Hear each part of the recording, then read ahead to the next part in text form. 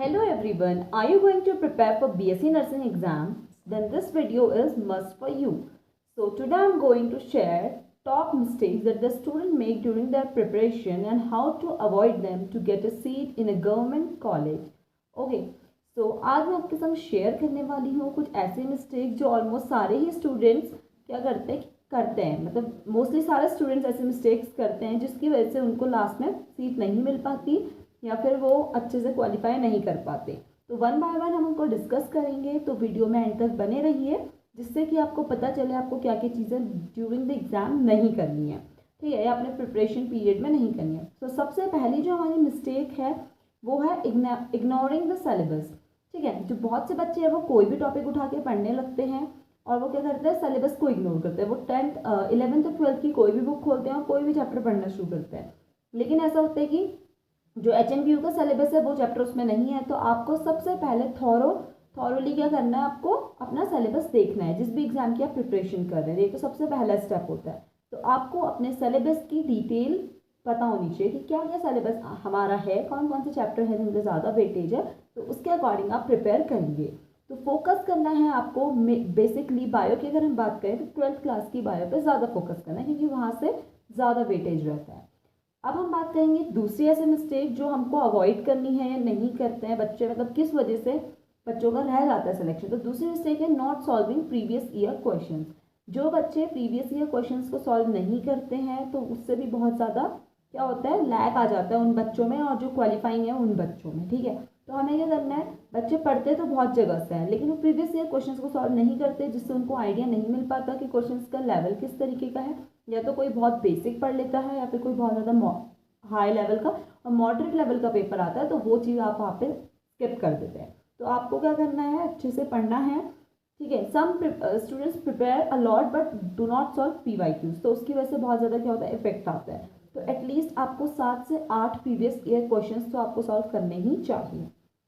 तो अब हम बात करते हैं तीसरी ऐसी मिस्टेक जो कि हमें नहीं करनी है।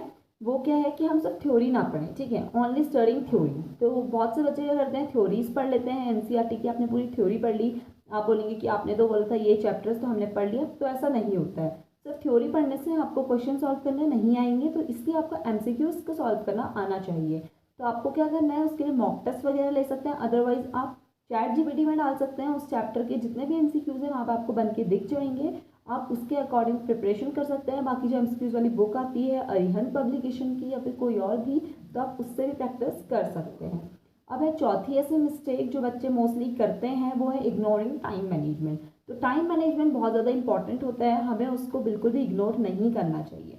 ठीक है, अगर हम अच्छे से टाइम मैनेज करेंगे तो हम सारे सब्जेक्ट को कवर कर पाएंगे कम ही टाइम में। तो हमें ये नहीं करना है कि हम एक सब्जेक्ट में बहुत ज़्यादा टाइम दे रहे हैं, बहुत ज़्यादा फोकस करें, बाकी हम दूसरे सब्जेक्ट को छोड़ दे रहे हैं कि हम सोच रहे हैं इससे तो हमारा हो जाएगा। ऐसा नहीं होता है। अगर आपके बायोलॉजी के 20 क्वेश्चन, तो आप ये मत सोचिए कि बायो में आप 20 में से 20 स्कोर कर पाएंगे, क्योंकि उनमें से कुछ क्वेश्चन ऐसे होंगे जो आप नहीं कर पाएंगे। तो आपको फिजिक्स और केमिस्ट्री दोनों में भी पूरा पूरा टाइम देना है। तो प्रॉपर टाइम मैनेजमेंट बहुत ज़्यादा ज़रूरी है। देन है अगली मिस्टेक जो स्टूडेंट्स मतलब मोस्टली करते हैं, वो है स्टडिंग रैंडम सोर्स मटेरियल। वो कोई भी रैंडम सोर्स से पढ़ने लगते हैं। ठीक है, माना आज आपने ये वाला चैप्टर इस वाले टॉपिक से पढ़ा, ये वाला चैप्टर आपने इस वाले चैनल से पढ़ा, अगला उसका अगला लेक्चर आपने उस चैनल से लेने की जगह किसी और चैनल से देख लिया। तो इस वजह से क्या होता है, बहुत ज़्यादा कॉम्प्लिकेटेड रहता है और आपको समझ भी नहीं आएगा, इतनी जल्दी स्विच नहीं करना चाहिए हमें। ठीक है, तो आप किसी एक को फॉलो कर सकते हैं जिससे भी आपको समझ आता है। तो आपको सारी चीज़ें उसी से पढ़नी है। जैसे PW का है, अगर आप थ्योरी पढ़ते हैं तो PW का बहुत बेस्ट मटीरियल है, तो आप उससे पढ़ सकते हैं। अगली आपकी जो मिस्टेक है जो मोस्टली बच्चे करते हैं, वो है आपका leaving general aptitude and English. तो जनरल एप्टीट्यूड और इंग्लिश को बहुत से बच्चे छोड़ देते हैं। वो सोचते हैं कि हमारी जनरल एप्टीट्यूड तो क्या ही आएगा और इंग्लिश बहुत ईजी होता है। तो ऐसा हमें बिल्कुल नहीं करना है, क्योंकि फिजिक्स केमिस्ट्री बायोलॉजी ऑलमोस्ट जितने भी बच्चे फिल कर रहे हैं फॉर्म को PCB स्ट्रीम से, तो सबका फिजिक्स केमिस्ट्री बायो 12 तक रहा है, कहीं ना कहीं सबको कुछ ना कुछ उसमें आता ही है। ठीक है, तो बहुत से लोग क्या होता है PCB में बहुत ज़्यादा स्ट्रॉन्ग भी हो सकते हैं, लेकिन क्या होगा कि जिसका जनरल एप्टीट्यूड और इंग्लिश ज़्यादा बेटर रहेगा तो उसकी रैंक हार जाने के चांसेस है। ऑलमोस्ट फिजिक्स केमिस्ट्री वाला तो सब सॉल्व कर लेंगे, लेकिन यहाँ पे आपका क्या आ जाता है, रैंकिंग का आ जाता है कि अगर आप जनरल एप्टीट्यूड और इंग्लिश जिसका ज़्यादा स्ट्रांग हो जाएगा तो उसकी रैंक हाई आएगी, उसको अच्छा कॉलेज मिल पाएगा और उसको एक अच्छी सीट मिल पाएगी। ठीक है, तो अगर आपको मेरी वीडियो पसंद आई तो लाइक कीजिए, सब्सक्राइब कीजिए, शेयर कीजिए मेरे चैनल को ऐसे ही आगे स्ट्रैटेजीज़ के लिए और टिप्स के लिए। और नीचे हमारे चैनल पर आप कमेंट कर सकते हैं आपको अगली वीडियो किस टॉपिक पे चाहिए, स्टडी टाइम टेबल पे या फिर लास्ट मिनट रिवीजन स्ट्रैटेजीज पे। अगर आपको कोई भी मेरी हेल्प चाहिए तो आप मुझे कमेंट सेक्शन में बता सकते हैं जिससे मैं आपकी अभी हेल्प कर सकूं। अभी एग्जाम होने में थोड़ा टाइम है तो आपके जो भी क्वेरीज हैं, क्वेश्चंस आप मुझसे पूछ सकते हैं। अभी थोड़ा मेरे एग्जाम्स की वजह से मैं वीडियो नहीं बना पाई थी, लेकिन अब मैं कंटिन्यू वीडियोज़ बनाऊँगी और आपके क्वेश्चन का आंसर ज़रूर करूँगी। तो ऑल द बेस्ट सभी स्टूडेंट्स को। तो मिलते हैं आपसे नेक्स्ट वीडियो में, तब तक के लिए बाय बाय।